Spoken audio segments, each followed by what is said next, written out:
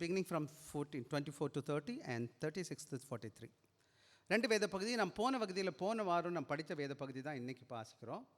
நன்மை மற்றும் தீமையின் உண்மை அல்லது நிதர்சனமான உண்மைன்னு சொல்லுவாங்க. போன வாரம் இதை குறித்து நான் பேசியிருக்கிறேன். என்ன நான் பேசினேன்னு பாருங்கள். நான் சில காரியங்கள் சொல்லியிருக்கிறேன். இந்த பேரபிள் 24 முதல் 30 வேத வசனங்கள் என்ன சொல்லியிருக்குன்னா, இந்த கலைகள், த வீட் அண்ட் வீட் அப்படின்னு சொல்லுவாங்க. வீட்னா கோதுமை, வீடுனா என்னது, கலை. இதை பற்றி என்ன செய்கிறார் ஏசாமி 24 30 வசனங்கள் வரை ஒரு ஓமையை சொல்லியிருக்கிறார். ரெண்டாவது பகுதி 36 43 வரை வாசிக்கும்போது அந்த வீட்னா என்ன, அந்த வீடுனா என்ன, அதாவது என்னது தானியம் என்ன அல்லது கலை எப்படி வந்துச்சு, அதை குறித்து அவர் பேசிகிட்டு இருக்கிறார். அதுக்கப்புறம் ஒரு சில காரியங்கள் நான் என்ன செய்யணும் அப்படின்னு நம்ம பார்த்துருக்குறோம். ஆனால் அது தொடர்ச்சி தான் இந்த வேலையில் நான் உங்களோடு கூட பேச இருக்கிறேன். விசேஷமாக நாம் ஆண்டோட பிள்ளைகளாக இருப்பதனால இன்றைக்கி நான் ரொம்ப டீட்டெயிலில் உள்ளே போக மாட்டேன். ஆனாலும் கூட சில காரியங்கள் அதிலிருந்து சில பாடங்களை நம்ம கற்றுக்கொள்ள இருக்கிறோம், சில படிப்பினைகளை நம்ம கற்றுக்கொள்ள போகிறோம். அதை தான் இன்றைக்கி நான் உங்களோடு கூட சில வார்த்தைகளை சொல்லிக் கொடுத்துட்டு நான் வேகமாக கடந்து போக இருக்கிறேன். அதாவது kingdom of heaven is in this life. இந்த வாழ்க்கையில் ஆண்டவர் இயேசு கிறிஸ்து என்ன பேசுகிறாருன்னு கேட்டால், இந்த 13வது அதிகாரத்தில் மேத்யூ சாப்டர் 13 மத்தேயு சாப்டர் 10-13 மொத்தம் 7 அல்லது 8 ஊமைகளை பேசிகிட்டு இருக்காரு. எத்தனை இருக்குது?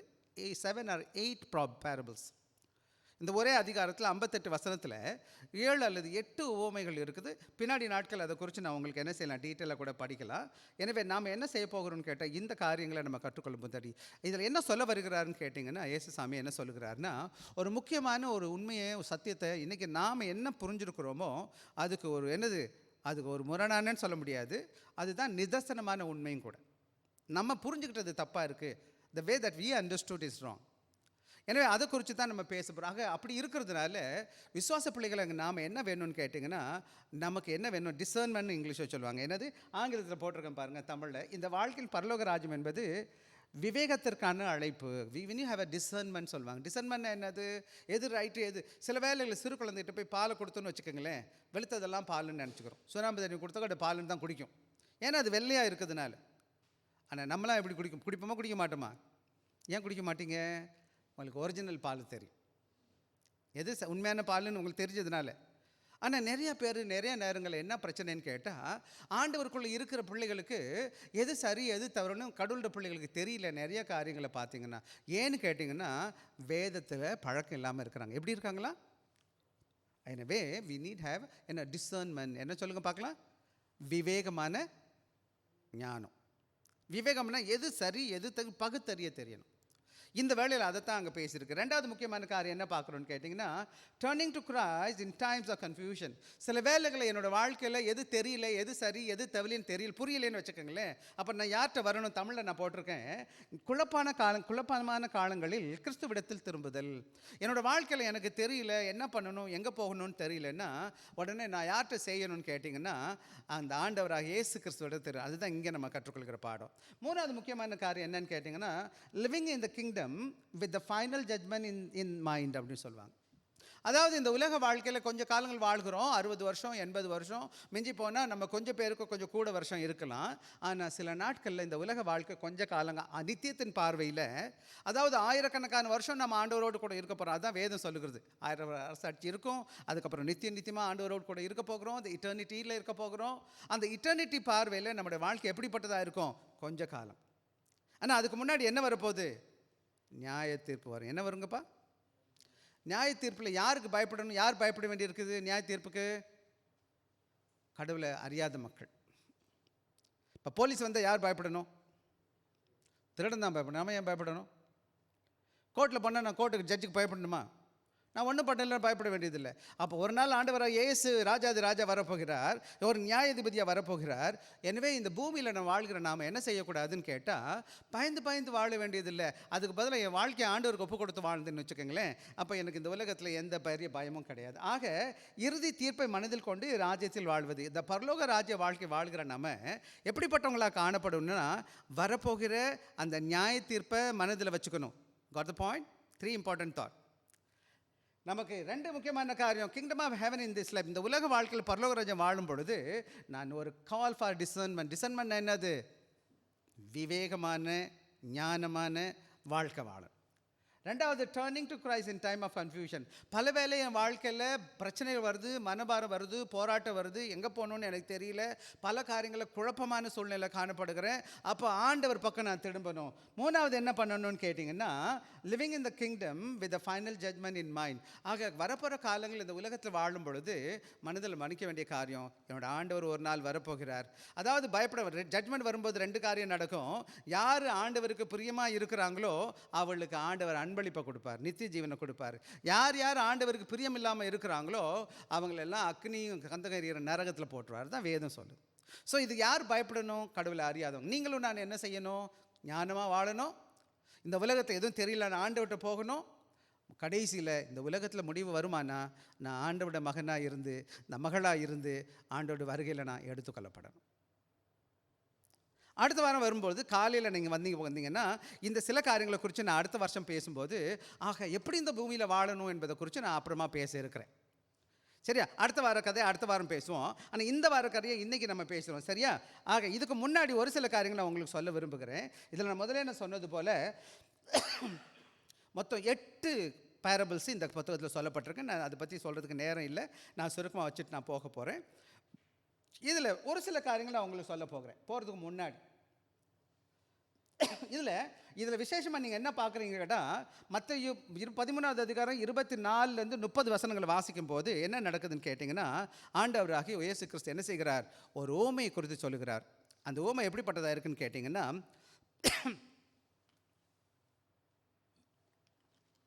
ஒரு வாசிக்கலாம் எனக்காக எடுத்தவங்க. 13வது அதிகாரம் 24லேருந்து 30 வரை வாசிப்போமா? சொன்னார், ஒப்பாய் இருக்கிறது.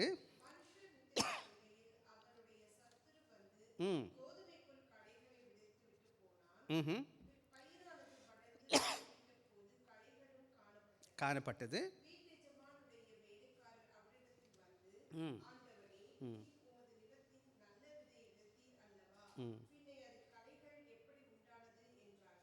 ஆமாம்.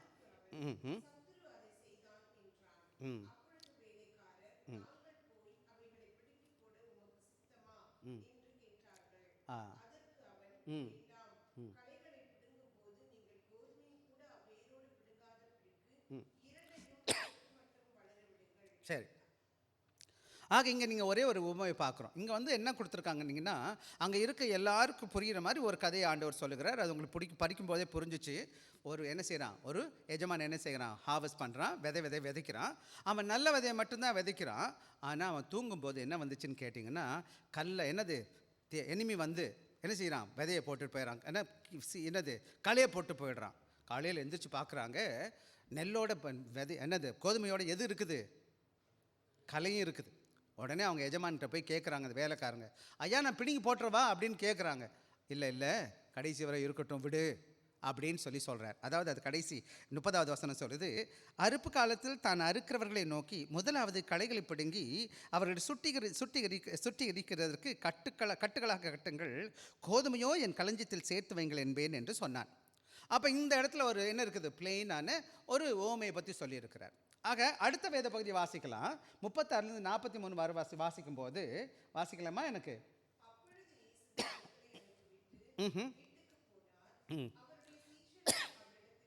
வந்து கேட்டார்கள்.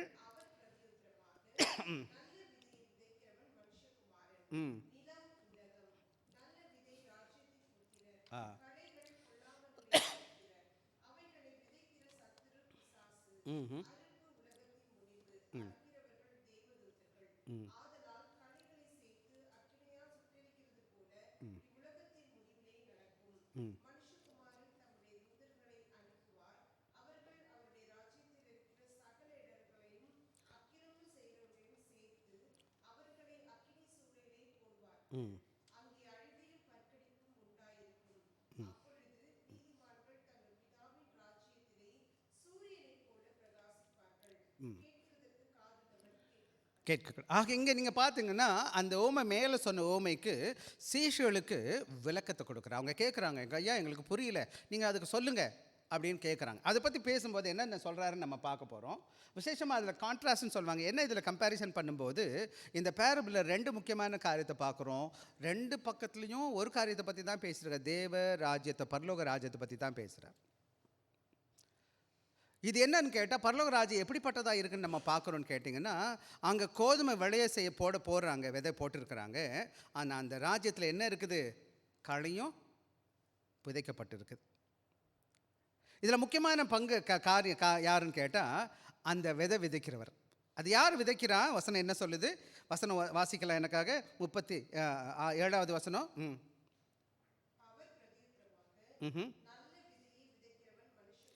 Sun of God. யார் இது? இதை குறித்து நான் விளக்கம் அப்புறமா சொல்ல போகிறேன் லேட்டரு. அதுக்கப்புறம் என்னது? நல்ல விதைனா என்னதுங்க? 38வது வசனம். நிலம் உலகம், புத்திரர்கள் பிள்ளைங்க புத்திர, அவை விதைக்கிறவன் முடிவு. ஆஹா. ஆக இங்கே ஒரே ஒரு முக்கியமான கருத்தை நீங்கள் நல்லா கவனமாக கவனிக்க முடியும். ரெண்டு முக்கியமான காரியங்களை நம்ம பேசும்போது, இந்த வேத பகுதியை கம்பேர் பண்ணும்போது என்ன செய்யுது? ரெண்டு பேரபிள்லையும் ஒரே ஒரு கருத்து தான் சொல்லப்பட்டு இருக்குது. கோதுமையும் இருக்குது, களையும் இருக்குது. ஆக இது யார் யார், இதில் யார் யார் என்னென்ன காரியங்கள் செய்தாங்கன்னு விளக்க சொல்ல போகிறேன் கொஞ்சம் நேரத்தில். நான் உங்களுக்கு இது பின்னாடி யார் அந்த மனுஷகுமாரனை பற்றி பேச போகிறோம், விதையை பற்றி பேச போகிறோம், நிலையை பற்றி என்னென்னு கொஞ்சம் லைட்டாக உங்களுக்கு விளக்கி சொல்லிவிட்டு நான் அப்புறமா மற்ற காரியம் போக போகிறேன். ஆனால் ஒன்று மட்டும் இந்த வேலையை நான் புரிஞ்சுக்கணும். என்ன நீங்கள் புரிஞ்சுக்கணும்? கோதுமையும் கலையும் ஒன்றாவே வளருது. எது வர வளருது? அறுப்பு காலம் வர வர, அதாவது நியாய தீர்ப்பு வருகிற வர. அந்த நியாய தீர்ப்பு என்ன எடுக்கணும்? கடைசி ஒரு நாள் வரும். அப்போது ஆண்டவர் என்ன செய்வாராம்? ரெண்டையும் பிரிச்சிருவார். கோதுமையையும் கலையும் என்ன செஞ்சிருவார்? நீதிமானியும் அநீதிமானியும் அப்படியே பிரிச்சிட போகிறார். Going to that day. அன்றைக்கி ஒரு நாள் வரப்போகுது. நீதிமானுக்கு தேவன் வெகுமானத்தை கொடுப்பார். அநீதிமானாக இருக்கிற அந்த துன்மார்க்கனுக்கு என்ன கொடுப்பார்? தண்டனையை கொடுப்பார், நரகத்தில் போட்டுருவார். அதனால் கலைகளை கட்டி ஒன்றா வை, விதை தானியத்தை என்ன செய்ய சேர்த்து என்னுடைய களஞ்சியத்தில் வை அப்படின்னு சொல்கிறார். ஆக இன்றைக்கி நீங்களும் நானும் கவனமாக இருக்கிற இடத்துல என்னன்னு கேட்டிங்கன்னா, நான் கடவுளை அறியாத ஒரு குடும்பத்தில் தான் பிறந்து வந்தேன். எங்கள் அப்பா அம்மாலாம் ஆண்டவரை அறியாதவங்க. நான் சிறு வயதிலேருந்து ஆண்டவரை பற்றி நான் கேட்டது கிடையாது. ஆக நாங்கள் எல்லா விதமான காரியங்களும் செஞ்சிட்ருப்போம்னு வச்சுக்கோங்களேன். அப்போ என்ன ஆச்சுன்னு கேட்டிங்கன்னா, நான் ஆண்டவரை ஏற்றுக்கொண்டேன். சிறு வயதில் 13 வயதில் ஆண்டவரோட பிள்ளையாக மாறிட்டேன். நான் திருச்சபைக்கு போயிட்டேன். அப்புறம் நான் எப்பயுமே நான் என்ன செஞ்சதில்ல, கிறிஸ்தவர்களோடு வாழ்ந்ததே கிடையாது. இவ்வளோ பெரிய கிறிஸ்தவ கூட்டம்லாம் நான் குடும்பம்லாம் எப்போ பார்த்தாலும் எங்கள் கூட இருக்கவங்களாம் யார்? ஆண்டவரை அறியாதவங்க தான் நிறைய பேர். எங்கள் வீட்டில் எல்லாம் கடவுளை அறியாதவங்க. நான் சின்ன பையன் 13 வயசில் தான் இயேசுவை ஏற்றுக்கிட்டதுனால எங்கள் வீட்டிலலாம் என்ன பண்ணுவாங்கன்னா, அவங்களுக்கு இயேசுவை பற்றி தெரியாது. அப்படி இருக்கிறதுனால எப்போ பார்த்தாலும் என்ன செய்வாங்க? இயேசுவை அறியாதவங்களாக இருக்கிறாங்க. அவங்க எப்படி இருப்பாங்கன்னு உங்களுக்கு தெரியும். அதை விட்டு இல்லை, நம்ம சுற்றி இருக்கிறவங்களாம் யார் இருக்காங்க? ஆண்டவரை அறியாதவங்க தான் இருக்கிறாங்க. எல்லா இடமும் ஆண்டவரை அறியாதவங்களாக இருக்கிறாங்க. அப்புறம் நான் படித்து முடிஞ்ச ஒரு கவர்மெண்ட்டில் டீச்சராக வந்துட்டேன். பள்ளிக்கூடத்துக்கு போகிறேன். பள்ளிக்கூடத்தில் யார் இருக்கிறா? அங்கேயும் இருக்கிறவங்க எல்லாருமே ஆண்டவரை அறியாதவங்க தான். அப்போ நான் எங்கள் வீட்டில் பார்த்தது மட்டும் கிடையாது, நிறைய வீட்டில் சண்டை நடக்கும். எப்போ பார்த்தாலும் சண்டையும் சச்சரவும் வம்பும் வழக்கம். சரி, வீட்டுக்குள்ளே தான் இப்படி இருக்குச்சே, வெளியில் போனால் அது இருக்காதுன்னு சொல்லி பார்த்தா அங்கே வெளியிலையும் சண்டை சச்சரவு தான் நடக்கும்.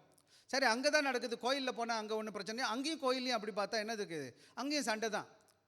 சினிமா தேட்டரில் போனால் சினிமா தேட்டரில் நாங்கள் சின்ன வயசில் சினிமாக்கெலாம் அனுப்புவாங்களே. இயேசுவை ஏற்றுக்கிட்ட பிறகு தான் சினிமா போகிறத விட்டுட்டேன். அதுக்கு முன்னாடிலாம் சினிமா தேட்டர் வந்துருச்சுன்னா உடனே ஓடி போய் உட்காந்து என்ன செய்கிறது? அப்படியே முதல்ல போய் எல்லா படத்தையும் பார்க்கணுன்னு ஆசைப்படுறது. அப்போ அங்கே போனாலும் என்ன நடக்கும்? அங்கேயும் சண்டை போட்டால் தான் பெரிய ஆள். யார் ஹீரோ? படங்கள் எல்லாம் பார்த்தீங்கன்னா சண்டை போடுறவங்க தானே.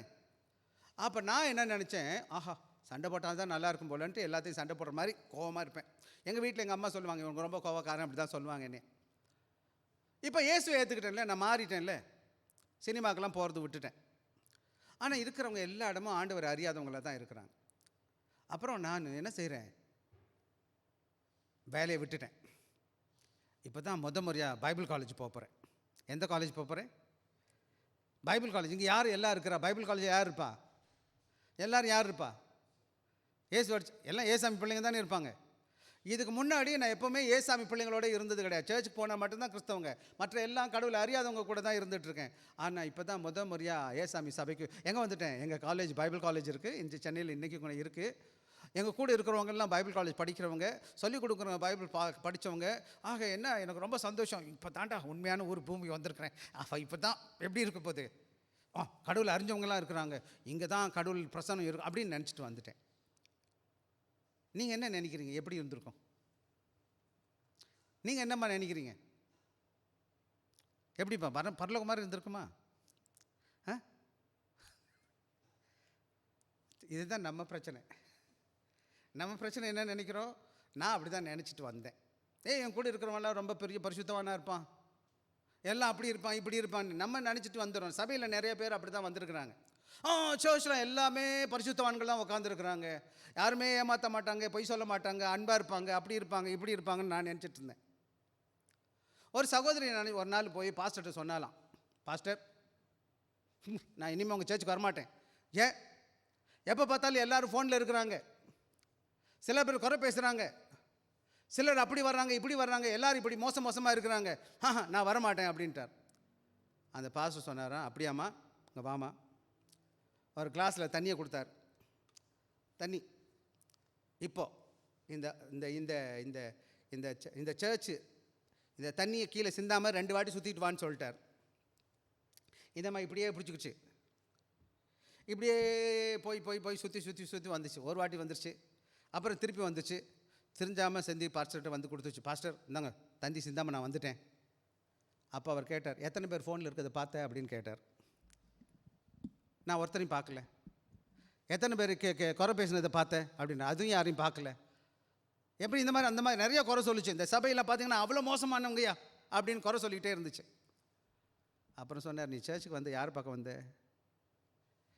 எது வேற உன்னுடைய பார்வை ஏசு இந்த தண்ணியில் இருக்கோ அது வரை தண்ணி சிந்தலை. அதே போல் உன்னை ஆராதிக்க வந்தேன்னா யார் தான் நீ பார்க்கணும்? யார் தான் பார்க்கணும்? ஏசுவை பார்க்க வந்தீங்களா, என்னை பார்க்க வந்தீங்களா? அவரோட வசனம் கேட்கணுமா, மற்றவன் வார்த்தை கேட்க வந்திருக்கமா? என்னைக்கு வர நீங்கள் ABCலாம் பார்க்க ஆரம்பிச்சிங்களோ அன்றைக்கி உங்கள் வாழ்க்கை ஆவிக்குரிய வாழ்க்கை செத்து போச்சு. அதே சமயத்தில் சொல்ல வேண்டிய வந்திக்கு வந்துடுறேன். எதுக்குன்னு கேட்டிங்கன்னா, பல வேலைகளில் அவங்க என்ன நினைக்கிறாங்கன்னா, ஆண்டவராக இயேசுவுடைய ராஜ்யம் பரலோக ராஜ்யம் எப்படி இருக்குன்னு கேட்டிங்கன்னா, எப்போது எல்லாருமே நல்லவங்களாக இருப்பாங்க, நேர்மையானவங்களாக இருப்பாங்க, உண்மையானவங்களாக இருப்பாங்க, நீதியின் பிள்ளைகளாக இருப்பாங்க அப்படின்னு நானும் நீங்களும் சொல்ல முடியாது. வேத வசனம் வாசிக்கும் போது, ஆண்டவராக இயேசு கூட வசனத்தை போதிக்கும் போது, அந்த விதை நல்ல விதை, கெட்ட விதையே கிடையாது. கெட்ட விதை இருக்கா? விதைச்சவர் தப்பாக விதைச்சாரா? அவருடைய நோக்கம் நல்லது, அவர் விதைச்ச விதை நல்லது.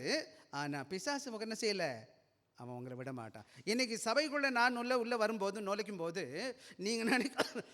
நீங்கள் நானும் நினைக்கிற ஒரே ஒரு தவறு என்னன்னு கேட்டிங்கன்னா, உள்ளே இருக்கிறவங்களாம் எல்லோரும் நல்லவங்க அப்படின்னு நினச்சிட்டு வர்றீங்க. தயவு செய்து அப்படி நினச்சிட்டு வராதிங்க. இன்றைக்கி நீங்கள் இந்த மாதிரி கேட்டு பாருங்கள், அவர் சரியில்லை இவர் சரியில்லைன்னு சொன்னாலும் நீங்கள் ரொம்ப சரியாக இருக்கீங்களான்னு கேளுங்க. ஹலோ, உங்களுக்கு கேட்குதா? இந்த விரலை காமிக்கிறீங்கள, இந்த 3 விரல் உங்களை தான் காமிக்குதுன்னு சொல்கிறோம். முதல்ல அவர் சரியில்லை இவர் சரியில்லை இவர் சரியில்லை அவர் சரியில்லைன்னு சொல்கிறதுக்கு நீ யார் நான் யாருன்னு என்ன நீங்கள் கேட்கணும். பல வேலைகளில் நம்ம என்ன நினைக்கிறோன்னு கேட்டிங்கன்னா, தேவனுடைய சமூகத்துக்கு வந்த உடனே பரலோக ராஜ்யம் என்பது என்னன்னு கேட்டிங்கன்னா, எல்லாருமே நல்லவங்களாக இருப்பாங்கன்னு நினைக்கிறோம்.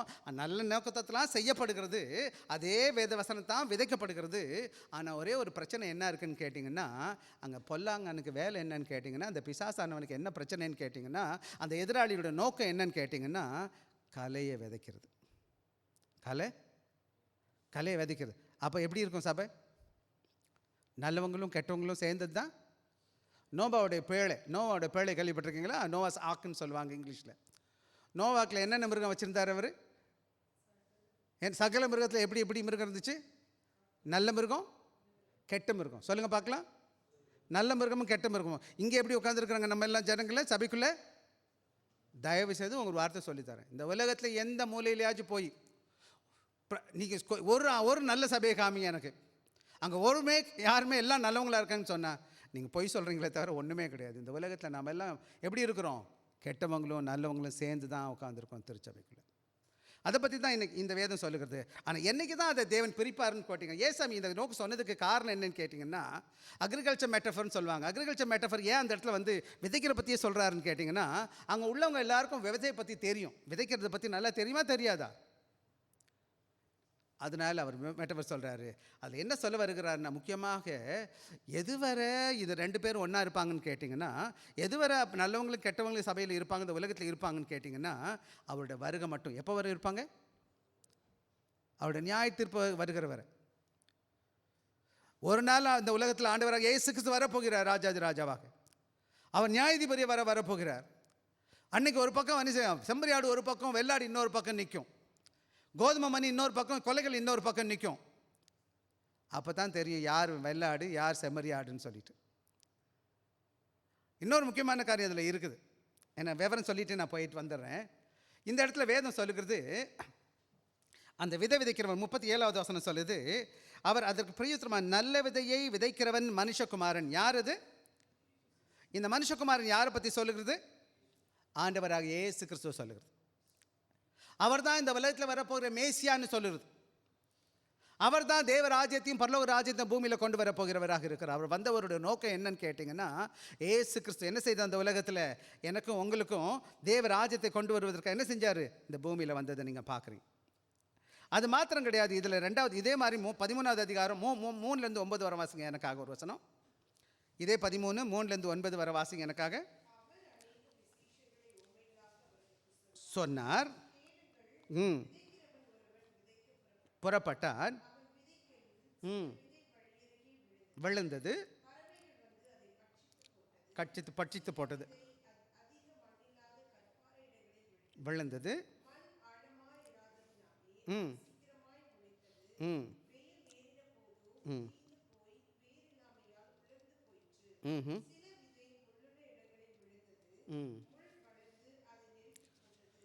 இந்த இடத்துல நம்ம போன வாரத்துக்கு முந்தின வாரம் இதை பற்றி பேசியிருக்கிறேன் நான் உங்களோடு கூட. ஆக இங்கே நடக்கிற காரியம், இங்கே விதைக்கிறவரும் இந்த ஊமை, போன ஊமை நம்ம சொன்னோம்ல 4 விதமான பூமியை பற்றி பேசியிருக்கிறோம். பண்பட்ட பூமி பார்த்துருக்கோம். 4 விதமான பூமி. வழி அருகே, கற்பாறை, முட்புதரு, அப்புறம் நல்ல நிலம். அங்கே விதைக்கிற விதைக்கிறவரும் இங்கே விதைக்கிறவர் யார்? ஒரு அதே மனுஷகுமார் தான் விதைக்கிறார். அங்கே விதைக்கும் போது எப்படி இருக்குன்னு கேட்டிங்கன்னா, அங்கே வர்த்தனை கேட்குறவங்க 4 விதமான மக்கள் இருக்கிறாங்க. எல்லாரும் என்ன செய்கிறாங்க? ஒவ்வொரு விதமாக என்ன செய்கிறாங்க? அதுக்கு தங்கள் செய்கையை செயல்பாடு பண்ணுறாங்க. ஒரே மாதிரி ஒரே வேத வசனம் தான், ஒரே தேவன் தான், அதே மனுஷகுமார் தான் வார்த்தையை போடுகிறார், அதே வேத வசனத்தை தான் கொடுக்குறார். ஆனால் கேட்கிற விதர்கள் 4 விதமான இருதயம், 4 டைப் ஆஃப் சாயில்னு சொல்லுவாங்க. 4 விதமான இருதயத்தையுடையவர் மக்களாக இருக்கிறாங்க. வேத வசனமும் ஒன்று தான். ஆக இந்த இதில் நம்ம என்ன பார்க்குறோன்னு கேட்டிங்கன்னா, ஆண்டவரை உண்மையாக ஏற்றுக்கொண்ட மக்கள் தான் நல்ல நிலத்தில் விழுந்த விதை. இங்கே யாருன்னு கேட்டிங்கன்னா, அது அப்புறம் இன்னொரு முக்கியமான காரியம் 38வது வசனம் வாசிப்போம் எனக்காக. புத்திரர். ஆக இன்னொரு முக்கியமான காரியம் அந்த நல்ல நல்ல நல்ல விதை இல்லையா, அது நல்ல விதை யாருன்னு கேட்டிங்கன்னா, நானும் நீங்களும் ஆண்டோட வசனத்துக்கு கீழ்ப்படிந்து ஆண்டோட வசனத்தை கேட்டு அவருடைய சித்தத்துக்கு ஒப்பு கொடுத்து வாழ்கிற மக்கள். ஆக இன்னொரு காரியத்தை பார்க்கும்போது நல்ல விதை விழுந்துச்சு பார்த்தீங்கன்னா, நல்ல நிலத்தில் விழுந்துச்சுல. போன ஊமையில் 4 விதமான காரியங்களை பார்க்க. அங்கே கூட என்ன செய்யுதுன்னு கேட்டிங்கன்னா, நல்ல பக்குவமான இருதயம், பண்பட்ட இருதயம், கடவுள் வசனத்தை கேட்டு கீழ்ப்படுகிற இருதயம். அவங்க 2 பேரும் யாருன்னு கேட்டிங்கன்னா, இந்த நல்ல கோதுமையும் அல்லது பண்பட்ட நிலமும் 2 ஒரு காரியத்தை குறிக்குது. ஆண்டோட பிள்ளைகளை குறிக்குது. ஆண்டோட வார்த்தைக்கு கேட்குறாங்க, உடனே பலன் கொடுக்க ஆரம்பிக்கிறாங்க, நல்ல கனியுள்ள, அதாவது கோதுமையாக இருக்கிறாங்க. இதில் இன்னொரு முக்கியமான காரியம் என்னன்னு கேட்டிங்கன்னா, இந்த 2 காரியத்தில் நீங்கள் எங்கே பார்க்குறீங்கன்னு கேட்டிங்கன்னா, ஆண்டோட பிள்ளைகள் என்ன செய்கிறாங்களாம்? வளருறாங்க. த க்ரோ இன் த வேர்ல்ட். எங்கே தான் ஆண்டவர் வச்சுருக்காரு இவங்களை? இந்த வசனம் என்ன உலகம்னு சொல்லியிருக்கு. என்னையா அங்கே வச்சுருக்காங்க? எங்கேயா வச்சுருக்காங்க நம்மளை? உலகம்னா எங்கே? நம்ம எல்லோரும் இந்த உலகத்தில் தான் இருக்கிறோம். நல்லவங்களோடு தானே இருக்கிறோம், கெட்டவங்களோடு தானே இருக்கிறோம். ஆக நான் வேலைக்கு போகிறேன், எல்லோரும் கெட்டவனாக இருக்கிறான், நான் மட்டும்தான் நல்லவனாக இருக்க முயற்சி செய்கிறேன், ஆண்டோட மகனாக இருக்கிறேன். என்னை சார்ந்திருக்கிற நிறைய பிள்ளைகள் ஆண்டவர் அறியாதவங்களாக இருக்கிறாங்க. அவங்க என்ன வேணாலும் பண்ணுறாங்க. ஆனால் நான் ஆண்டோட மகனாக இருக்கிறேன், ஆண்டோட மகளாக இருக்கிறேன். ஆக நான் ஒரு நல்ல விதையாக இருக்கணும். எப்படி இருக்கணும்? நல்ல கோதுமை மணியாக இருக்கணும். நான் நல்ல கோதுமை மணியாக இருக்கணும். அது மாத்திரம் கிடையாது. இந்த உலகத்தில் தேவன் என்ன செய்கிறான்னு கேட்டிங்கன்னா, கிறிஸ்துவுக்குள்ளே நான் வளர்ந்து கனி கொடுக்குறவனாக காணப்படணும். எப்படி இருக்கணும்பா? கனி கொடுக்குறதா பார்த்தீங்க. இன்னொன்று பார்த்தீங்களா, உங்களுக்கு தெரியும், அந்த விதையில் என்ன இருக்குதுப்பா? விதையில் என்னமா இருக்குது? உயிர் இருக்குது. சொல்லுங்கள் பார்க்கலாம். இந்த உயிர் போட்ட உடனே என்ன செய்யுது? அது அசத்து புது செடியை கொடுத்து நார் வருது, நாற்று வருது. நாற்று நல்லா வளர்ந்து பெரியால் ஆகி நிறைய கனி கொடுக்குது இல்லையா? யார் கர்த்தருடைய வார்த்தையை கேட்டு அதன்படி உடனே செய்ய முயற்சி செய்கிறார்களோ, அந்த வீரியமான விதை விழுந்த உடனே அது நல்ல பண்புட்ட இருதயத்தில் இருக்கிறதுனால அது கேட்ட உடனே கீழ்ப்படிந்து தேவ சித்தத்துக்கு ஒப்பு கொடுக்குது. தேவ சித்தத்துக்கு ஒப்பு கொடுத்த உடனே என்ன பண்ணுது? அது கடவுளுக்குள்ளே வளர ஆரம்பிக்குது.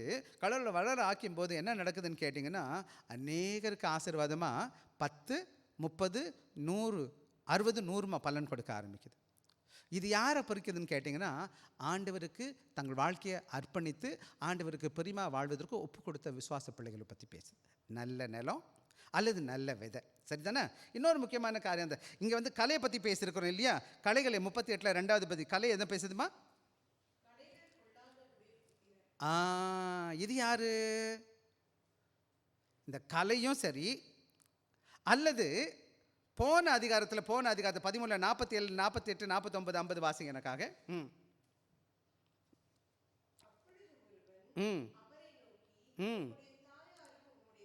இல்லை 13 13 13 47 48 50.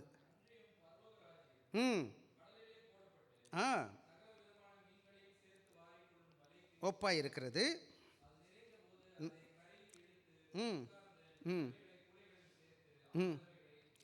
எறிந்து போடுகிறார். அப்படியே நடக்கும்.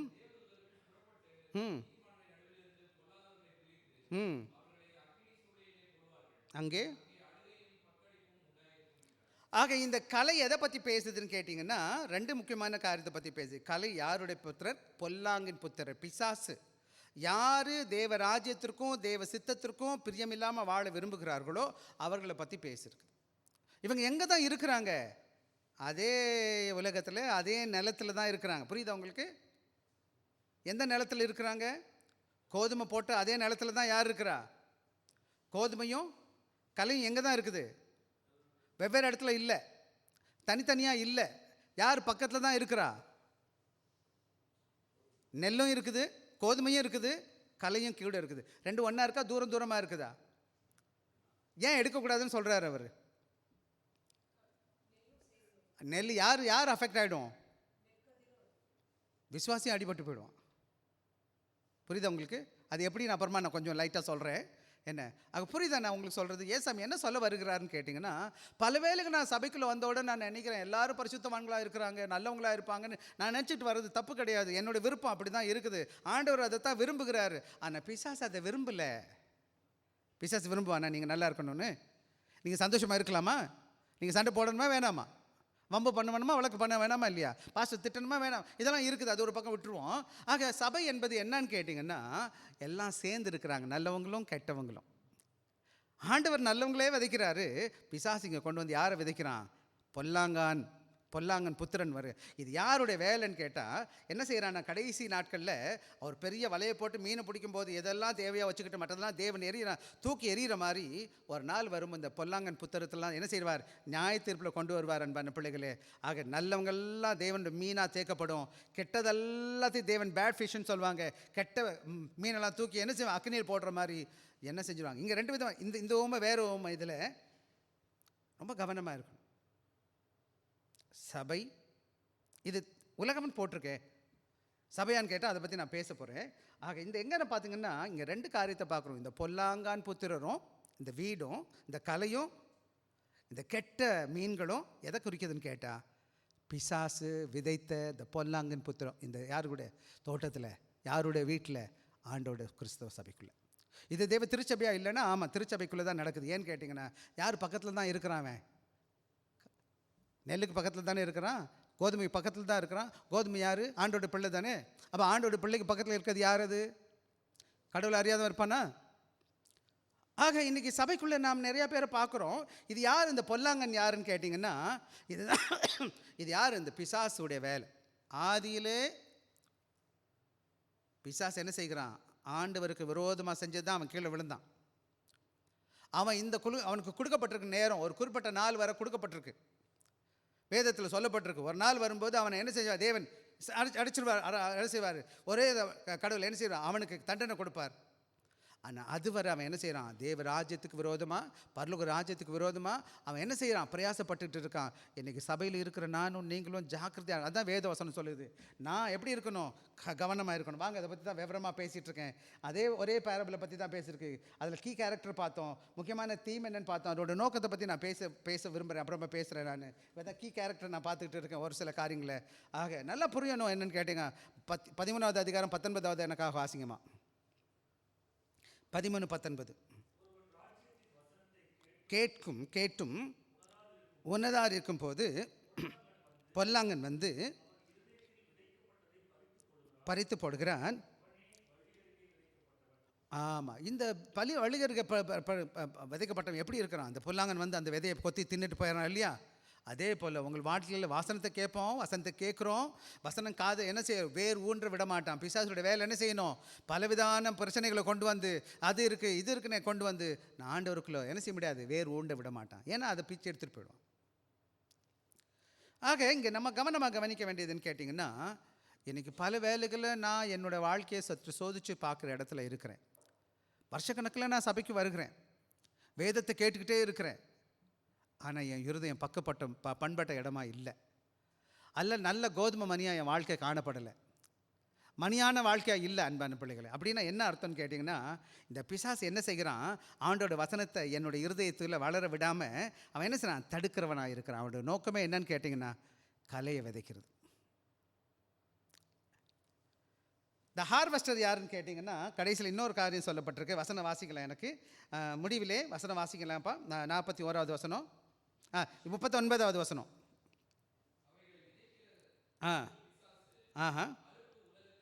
முடிவு. கடைசியில் ஒரு நாள் வரும்போது ஆண்டவர் என்ன செய்வார்னு கேட்டேன்னா, அதுக்குன்னு ஸ்பெஷல் ஃபோர்ஸ் உட்காந்துருக்காரு. யார் தான் வருவா? தேவ தூதர்கள் வருவாங்க, அந்த வேலைகளை செய்வாங்க. யார்? ஆண்டவர் சொல்வார், தேவ தூதர்களை கட்டளையிடுவார். இடது பக்கம் வலது பக்கம் மாற்றுங்க தம்பி, எல்லாரும் பிரிச்சிடும் அப்படின்னு சொல்வார். 49 வசனம் முதலே நம்ம வாசித்தோம். 13, 49, 50 வாசித்தோம். 49, 50 வாசிங்க எனக்கு மறுபடியும். நடக்கும், புறப்பட்டு நடுவிலிருந்து பொல்லாங்கனை பிரித்து போடுவார்கள். அன்பான பிள்ளைகளுக்கு சொல்கிற காரியம், ஒரு நாள் வரும்போது தேவனுடைய தேவதூதர்களை அனுப்புவார். கடைசி நாளில் வரும்போது அந்த தேவதூதருடைய வேலை என்னன்னு கேட்டிங்கன்னா, கோதுமையையும் கலையும் பிரிக்கிறது, நல்ல மீனையும் கெட்ட மீனையும் பிரிக்கிறது, செம்மறியாடியும் வெள்ளாடியும் பிரிக்கிறது, நீதிமானியும் அநீதிமானியும் என்ன புதுமார்க்கையும் பிரிக்கிறது. அதுதான் நியாய தீர்ப்பின் நாள். ஆக இதை எதுக்கு இது வருதுன்னு கேட்டிங்கன்னா, ஆண்டவருடைய வசனம் சொல்லுவது நியாய தீர்ப்பு வரும். ஆண்டவராக இயேசு நியாயாதிபதியாக வரப்போகிறார். எனவே அதற்கு நாம் காத்து கொண்டு இருக்க வேணும். ஆக அப்படி இருக்கிறதுனால நான் எப்படிப்பட்டவன் நான் இருக்கணும்னு கேட்டிங்கன்னா, என்ன பண்ணணும்? கவனமாக இருக்கணும். அதான் இன்றைக்கி நம்ம பேசுகிற காரியம். தீமை என்னன்னு கேட்டிங்கன்னா, ஒரே ஒரு நிமிஷம். எனவே நானும் நீங்கள் எப்படி இருக்கணும்னு கேட்டிங்கன்னா, கவனமாக இருந்து ஆண்டோட வேலை செய்ய தேவன் நமக்கு கிருபை தருவாராக. சரி, போட்டோம். என்ன இதில் என்ன, அது முதலே நான் சொன்னது போல். அப்புறம் இது நோக்கம் என்னன்னு கேட்டேன். ஆண்டவர் என்ன சார் விரும்புகிறாருன்னு கேட்டிங்கன்னா, இந்த உலகத்தில் விசுவாச பிள்ளைகள் அங்கே நீங்களும் நானும் சபைக்கு வருகிறோம், கவனமாக ஞானமாக விவேகமாக காணப்படும். சபையில் இருக்கிற மக்கள் கவனமாக இருக்கணும். என்ன கவனமாக இருக்கணும்? நீங்கள் உங்களை சோதித்து பார்க்கணும். நான் நல்ல மணியாக இருக்கிறேனா, கோதுமையாக இருக்கிறேனா, அல்லது கலையாக இருக்கிறேனா? இன்னொன்று நான் உங்களுக்கு சொல்லணும், கோதுமை மணி வளரும், கோதுமை கனி கொடுக்கும், கோதுமை பிறருக்கு ஆசீர்வாதமாக இருக்கும், கலை கட்டி தீயில் போட்டுருவாங்க, எரிஞ்சு ஒன்றும் இல்லாமல் போயிடும். ஸோ இன்றைக்கி நீங்களும் நானும் சபையில் வரும்போது சில வேலையில் நான் பார்த்தது என்னன்னு கேட்டிங்கன்னா, நிறையா பேர் பரிசுத்தவான் மாதிரி இருப்பாங்க, நல்லவங்களாக இருப்பாங்க, பண்ணுறதை பார்த்தா எல்லாமே நல்லா தான் இருக்கிற மாதிரி தெரியும். ஆனால் அவங்களுக்கு எனக்கு தெரியாது அது உண்மையான கடவுளோட பிள்ளைகளாக இல்லையான்னு சொல்லிட்டு.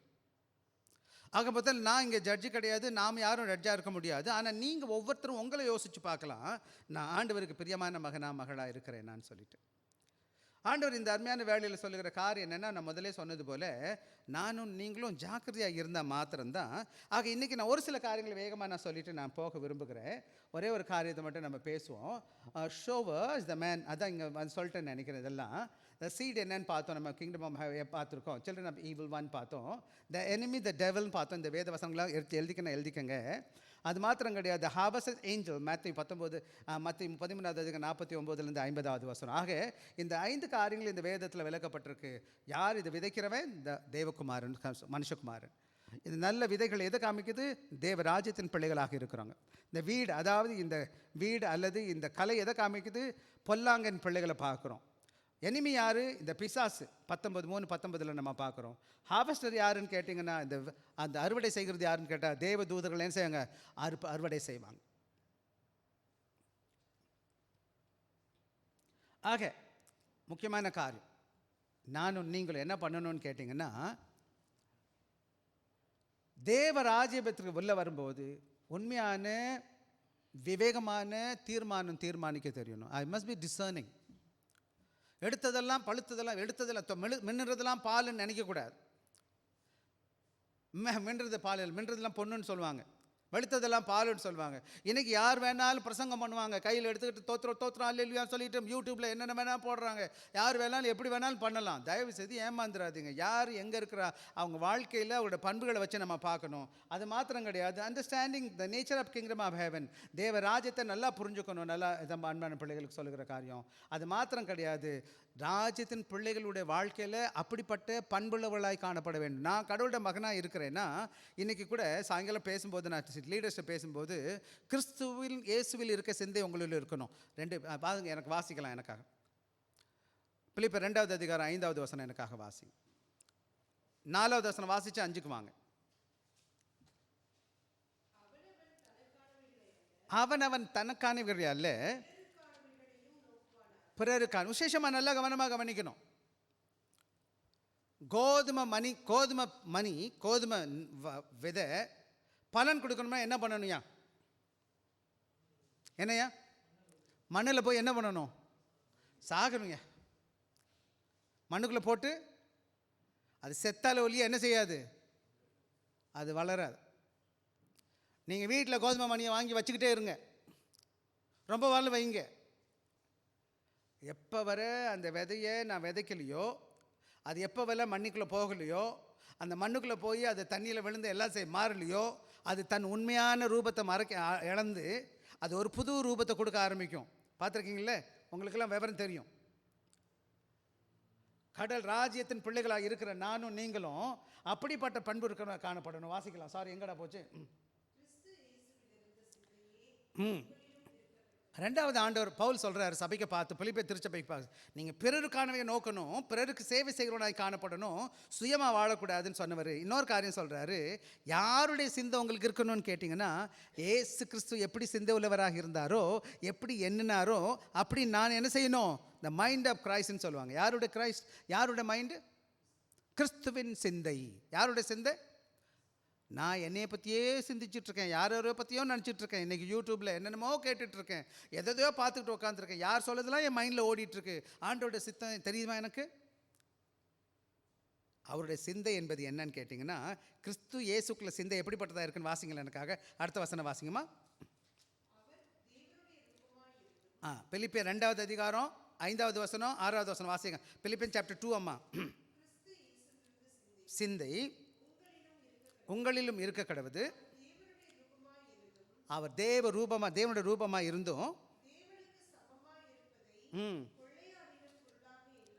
ஆக இங்கே கவனமாக கவனிச்சிங்கன்னா, அவர் எப்படி இருக்கார்? கடவுள். Is a God, but it never believe. என்ன செய்யலை? அது நான் கடவுள் சொல்லிக்கிட்டே தெரியல. அவர் இந்த பூமியில் வந்து எப்படி இருந்தாரோ அதை காமிச்சிக்கவே இல்லை. ஒரு முறை நான் பைபிள் காலேஜில் படிச்சுட்டு இருந்தேன். அங்கே ஒரு ஸ்டோன் பெஞ்ச் இருக்கும். எப்போவுமே அங்கே தான் உட்காருவேன். ஈவினிங்னா அங்கே தான் உட்காருவேன். அப்படி உட்காந்துட்டு இருக்கும்போது அங்கேருந்து ஒரு பைக் வந்துச்சு. அங்கே கார்டு உட்காந்துருந்தான். இந்த பைக் உள்ளே வந்த உடனே அந்த டக்குன்னு உடனே நிப்பாட்டான். போய் ஐயா நில்லுங்க அப்படின்ட்டான். நில்லுங்கன்னு சொல்லிட்டு எங்கே செஞ்சான், கொண்டு போயிட்டான். சைன் போடியா அப்படின்ட்டான் அந்த ஆளை. அவர் சைன் போட்டு அவர் பாட்டுக்கு அந்த பைக்கை நிப்பாட்டிட்டு போனார். சைன் போட்டு வந்துட்டார். வந்துட்டு அவர் எனக்கு தெரிஞ்ச யாருன்னு கேட்டால், என்னண்ணே நீங்கள் போய் சைன் போட்டு வந்தீங்க அப்படின்னு கேட்டேன். அவர் பேர் ஆசீர்வாதம். அது என்ன சின்ன சார் தானே சைன் போட்டு வரேன்.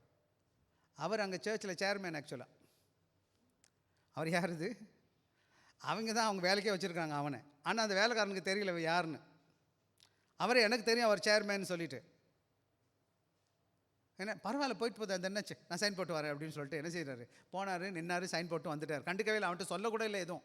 நான் உட்காந்து பார்த்துக்கிட்டே இருக்கிறேன். நான் பார்க்குற தூரத்தில் தான் இருக்குது.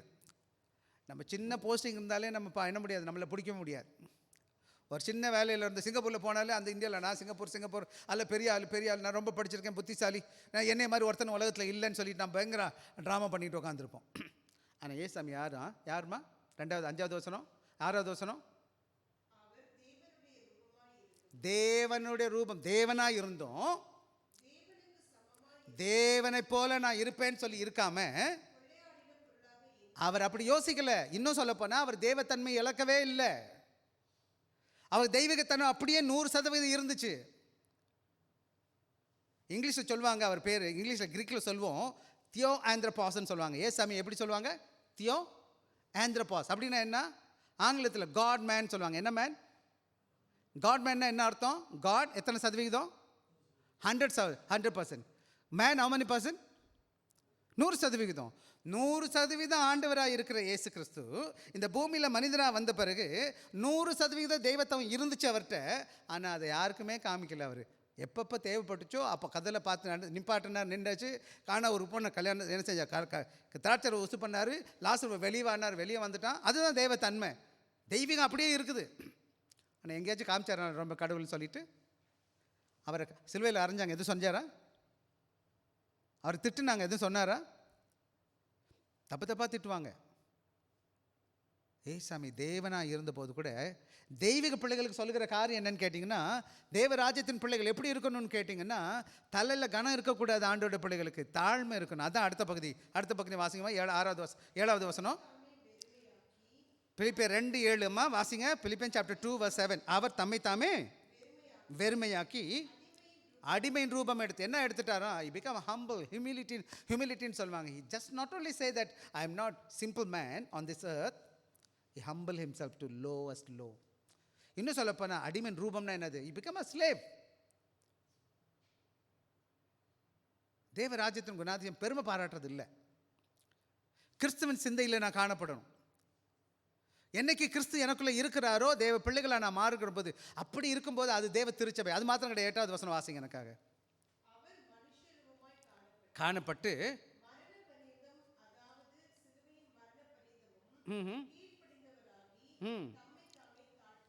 கடைசி வரை கீழ்ப்படிந்தவராக இருக்கிறார். சாகிற வரை ஒரு காரியத்துக்கு அவர் என்ன செய்யலை, மீறலை, கீழ்ப்படியாமல் இல்லை. அன்னைக்கு இருக்க சட்டத்திட்டத்துக்கு கீழ்ப்படிஞ்சா he completely obeyed the law. இன்னும் சொல்ல போனால் அங்கே இருக்கிற எல்லாரையும் ஒரு நிமிஷத்தில் காண போயிருக்கலாமா. அவர் கூப்பிட்டுருந்தா வேதம் சொல்லுது சிலவே இல்லை, அவனை 72,000 யார் வந்திருப்பா, ஏஞ்சல்ஸ் வந்திருப்பாங்களா, எத்தனை ஆயிரம், 72,000, 72,000 தூதன் வந்து நிற்பான். அதுக்கு மேலே கூட வந்திருப்பான். அவர் நினச்சிருந்தானா பூமி என்ன செஞ்சு பழந்திருக்கும், அங்கே நிற்கிறவெல்லாம் டபுக்குன்னு உள்ளே போயிருப்பான். But he never choose to do anything. He humbled himself. he என்ன செஞ்சா, he want to serve people. என்னது அடிமையின் ரூபம் எடுத்து he become a servant to all. Not only that, he என்ன செஞ்சா, obedient unto his death. நம்ம சின்ன காரியத்துக்கு நம்ம கீழ்ப்படிய மாட்டோம், பெருமை பாராட்டிகிட்டு இருப்போம், நான் பெரிய ஆள் நீ பெரிய ஆள்னு பேசிட்டு உட்காந்துருப்போம். இன்றைக்கி சபையில் வர பிரச்சனைகளுக்கு பாதி பிரச்சனை என்ன தெரியுங்களா உங்களுக்கு, தேவராஜ்யத்தின் பிள்ளைகள் சொல்லுகிறோம், ஆனால் என்ன கிடையாது, கிறிஸ்துவின் சிந்தை இல்லை. we don't have a mind of Christ. humility இல்லை. சபைக்கு வர்றது ரொம்ப முக்கியம் கிடையாது, கிறிஸ்துவ போல காணப்படணும். என்னப்பா, we must become like child of Christ. ஆக இங்கே பாருங்க இங்கே 3 காரியம் நான் சொல்ல understand the nature of the kingdom. ஆக தேவ பரலோக ராஜ்யத்துடைய பண்புகளை நம்ம புரிஞ்சுக்கணும். இன்னொரு நாளைக்கு நான் பின்னாடி நாட்களில் 5வது மத்திய 5ல் நான் பேசுகிறேன். ராஜ்யத்தின் குணாதிசயங்கள் என்ன நம்ம பேசுவோம் இன்னொரு நாளைக்கு. 2வது பார்த்து கிங்டம் வேல்யூஸ் அண்ட் பிரின்சிபல். ஆக ராஜ்யத்தின் பிள்ளைகளுக்கு என்னென்ன குணாதிசயங்களும் பண்புகளும் இருக்கணும் நம்ம புரிஞ்சுக்கணும். The importance of aligning our lifes with the kingdom priorities. ஆக தேவ ராஜ்யத்திற்கு முதன்மையானது என்ன? தேவ நாமத்தை நாம் மகிமைப்படுத்தணும், தேவ சித்தத்தை செய்யணும். சங்கீதம் வாசிக்கலாம் 6வது அதிகாரம் 31, மத்தேயு 6:36, 33 வாசிங்க. Matthew chapter 6:33.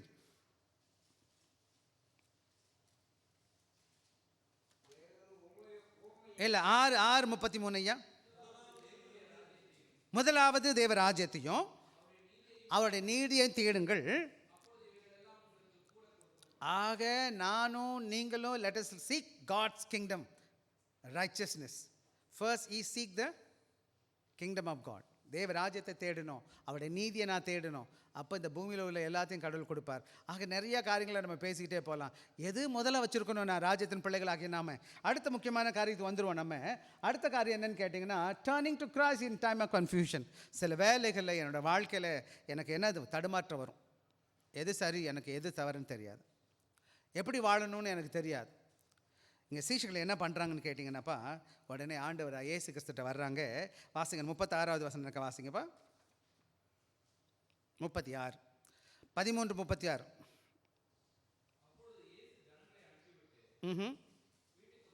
போனார்.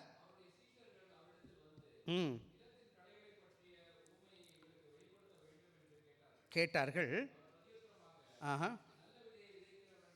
மனுஷகுமாரன் உலகம்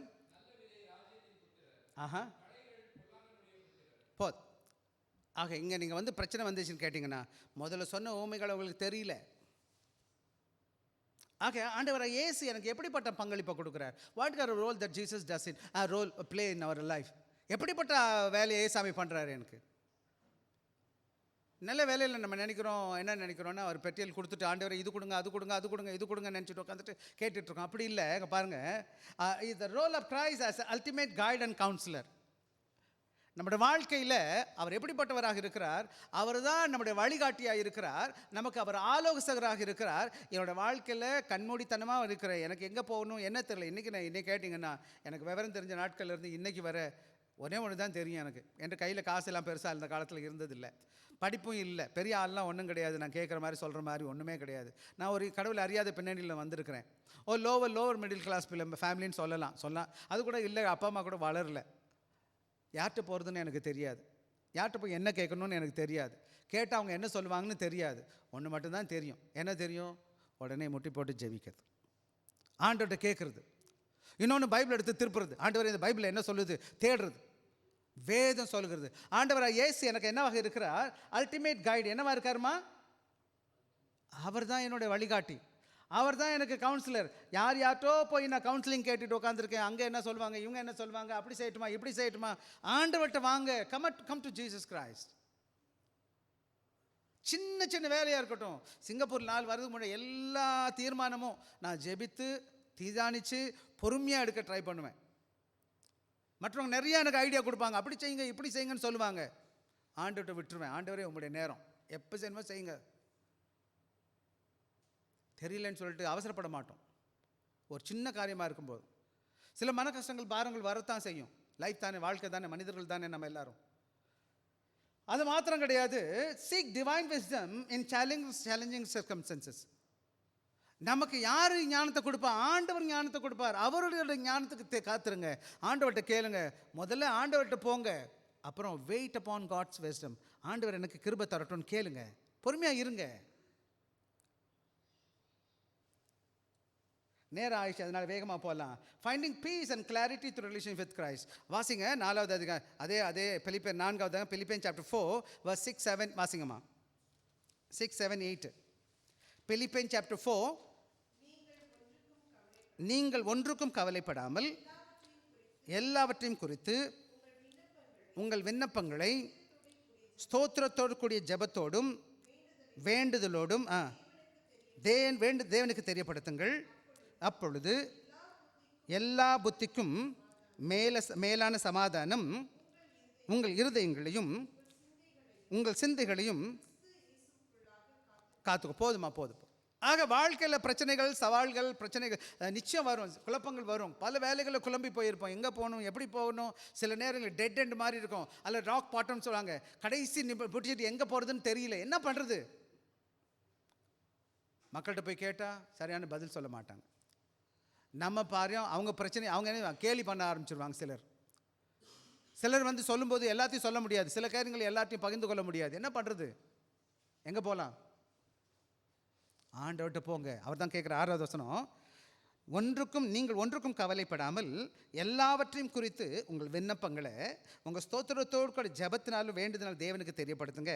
அப்போ என்ன நடக்குமா, அப்பொழுது எல்லா புத்திக்கும், இந்த உலகத்தில் புரியாத புத்தி, இந்த உலகத்துக்கு மேலே தேவ சமாதானம் உங்கள் இருதயங்களையும் உங்கள் சிந்தைகளையும் இயேசுவுக்குள் காத்துக்கொள்ளும். அதுதான் அங்கே நடக்கும். when you are finding peace and clarity through the relationship Christ, இயேசுவோடு கூட போய் சொல்லும் பொழுது அவர் உங்களுக்கு என்ன கொடுப்பாரு? சமாதானத்தை கொடுப்பாரு, தெளிவையும் கொடுப்பாரு, வெற்றியான விடுதலை கொடுப்பார். ரைட்டாங்க. அடுத்த கதைக்கு போயிடுவோம், டைம் ஆனதுனால அடுத்த பகுதிக்கு வந்துடுவோம். 3வது முக்கியமான காரியம், living in the kingdom with the final judgment in mind. கடைசி வசனம் 13 வாசிங்கப்பா. 13:43 வாசிங்க எனக்கு. 13, 42, 43.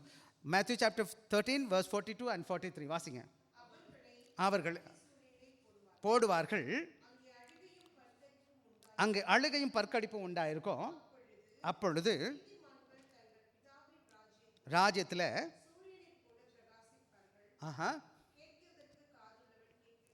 ஆக இன்னைக்கு நீங்களும் நானும் நான் வாழும் பொழுது, இந்த உலக வாழ்க்கை 60 வருஷம் 80 வருஷம் எனக்கு தெரியாது எவ்வளோ நாள் உங்களுக்கு எனக்கு இந்த பூமியில் இருக்குன்னு சொல்லிட்டு, என்றைக்கு வந்தோம் என்றைக்கு போக போகிறோம் யாருக்கும் தெரியாது. எந்த அளவுக்கு நம்ம பிறந்த தேதி உண்மையோ அதே போல் என்னோடய முடிவின் தேதி உண்மை தானே? யாரும் இங்கே பர்மனெண்ட்டாக இருப்பீங்களா? யாராச்சும்? யாருக்குமே இல்லை. அப்படி இருக்கும்போது ஆண்டோட வருகை இன்னைக்கு இருக்குமானா நான் யார்கிட்ட போக போகிறேன்? அதான் வசனம் சொல்லும்போது என்ன சொல்லுதுன்னு கேட்டேன். 40. அப்பொழுது நீதிமான்கள் தங்கள் பிதாவின் ராஜ்யத்தில் சூரியனை போல பிரகாசிப்பார்கள். யார் இருப்பா நீதிமான்? யார்? ஆண்டவருக்கு பிரியமாக இருக்கிற கோதுமை மணியாக இருக்கிறவன், நல்ல நிலந்த இந்த விதையை போல விளைந்து அவன் பலன் கொடுக்குறவன், அவன் எப்படிப்பட்டவனாகிறான்? நீதிமானாக இருக்கிறான். அவன் எப்படி இருக்கிறான்னு கேட்டிங்கன்னா வசனம் சொல்லுது, பிதாவின் ராஜ்யத்தில் சூரியனை போல பிரகாசிப்பார்கள். எப்படி இருப்பாங்களா? அவங்களுக்கு சன்மானம் எப்படி இருக்கும்? ரிவார்டு எப்படி இருக்கும்? they will shining. ஆனால் இன்னொரு குரூப் இருக்குது, அதுக்கு 42வது வசனம் வாசிங்க எனக்கு. இங்கே பாருங்கள், 2 காரியம். யார் ஆண்டவருக்கு பிரியமாக இருக்கிறாங்களோ அவளுக்கு சன்மானத்தை கடவுள் கொடுப்பார். யார் கடவுளுக்கு பிரியம் இல்லாமல் இருக்கிறாங்களோ அவளுக்கு தண்டனை கொடுப்பார். If you live according to God's word, if you do God's will, and then he will reward you according to his richest blessing. If you don't want to do that, நான் கடைசி மட்டும் நான் அப்படி தான் இருப்பேன்னா, that's your choice. The day will come. ஒரு நாள் வரும், you all will be in trouble. ஆண்டோட வருகையில் நாம் பயப்பட வேண்டியதில்லை. நான் ஆண்டவருக்கு பிரியமாக வாழும் பொழுது ஆண்டோட வருகையில் நான் ஆண்டவர் பிள்ளையாக இருக்கிறேன். ஆண்டவர் சந்தோஷத்தில் போய் இணைஞ்சிருவேன், நித்தியத்தில் போய் பார்ப்பேன். அடுத்த மாதத்தில் நான் இந்த சபையில் நான் என்ன செய்வேன்? காலையில் கடைசி கால நிகழ்ச்சிகளை தான் பேச போகிறேன். என் டைம் சர்மன்ஸ் தான் பேச போகிறேன். கைட்டு பாருங்கள், என்னென்னு கேளுங்க. 2வது முக்கியமான காரியம், how the final just shape your daily lives and ministry. அப்போ ஆண்டோட வருகை இருக்குமானால், அவரோட நியாயத்து இருக்குமானா, ஆண்டோட வருகை இருக்குமானா என்ன, நான் எப்படிப்பட்டவனா வாழ போகிறேன்? how I'm going to live. ஆண்டவர் பிரியமாக வாழ வேணாமா? ஒவ்வொரு நாளும் ஆண்டோட சித்தத்தை செய்ய வேணாமா? இன்றைக்கி நான் இந்த உலகத்தில் கடவுள் வச்சிருக்கிறார். என் கை சுத்தமாக இருக்கட்டும், என் வாய் சுத்தமாக இருக்கட்டும், நான் பேசுகிற பேச்சும் சரி, என்னோடய கைகளும் முடிஞ்ச மட்டும் சுத்தமாக வச்சுக்கோங்க. கடவுளை அறியாதவங்க எப்படியோ வாழ்ந்துட்டு இருக்கிறாங்க, தப்பாக வாழ்கிறாங்க, அவங்களுக்கு நம்ம பேச முடியாது. எனவே நான் எப்படி பேசுகிறேன்? சிறு வயசில் தெரியாமல் இருக்கும்போது நம்ம எப்படியோ பேசியிருக்கலாம். ஆனால் இன்றைக்கி கடவுள் ஞானத்தை கொடுத்துருக்காரு, அவருடைய பிள்ளையாக வச்சுருக்கிறாரு. கேட்கும்போது கவனமாக கேட்கணும், ஞானமாக பேசணும். நம்ம கொடுக்குறது வாங்கல என்ன செய்யக்கூடாது? ஏமாற்றக்கூடாது யாரையும். ஆண்டோட பிள்ளையாக வாழணும். இன்றைக்கி கடவுளோட வருகை இருக்குது, இன்றைக்கி ராத்திரி கடவுளோட வருகை இருக்குமானா நான் ரெடியாக இருக்கணும் ஆண்டோட வருகையில் பங்கு கொள்வதற்கு. கடைசி விசேஷமாக இன்னொரு சொல்லிட்டு நான் முடிக்க விரும்புகிறேன். Preparing for eternal reward and consequences through riches living. எப்படி வாழணும்? நித்திய என்னது? சன்மானம், பிரதிபலிப்பு. ஒரே ஒரு வேத வாசிக்கலாம். 1 தீமோத்தேயு 6வது அதிகாரம்.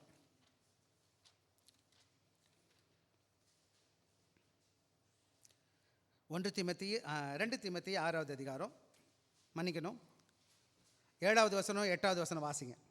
முடிக்க போகிறேன். I am going to finish it. நல்ல போராட்டத்தை போராடிட்டேன், என்னோட ஓட்டத்தை நான் முடிச்சிட்டேன், என்னோட விசுவாசத்தை கடைசி மட்டும் நான் காத்துக்கிட்டேன். இது முதல் எனக்காக நீதியின் கிரீடம் வைக்கப்பட்டு இருக்கிறது. நீதி உள்ள நியாயாதிபதி எனக்கு என்ன செய்வார்? அவர் எனக்கு தந்தருள்வார். எனக்கு மாத்திரம் இல்லை,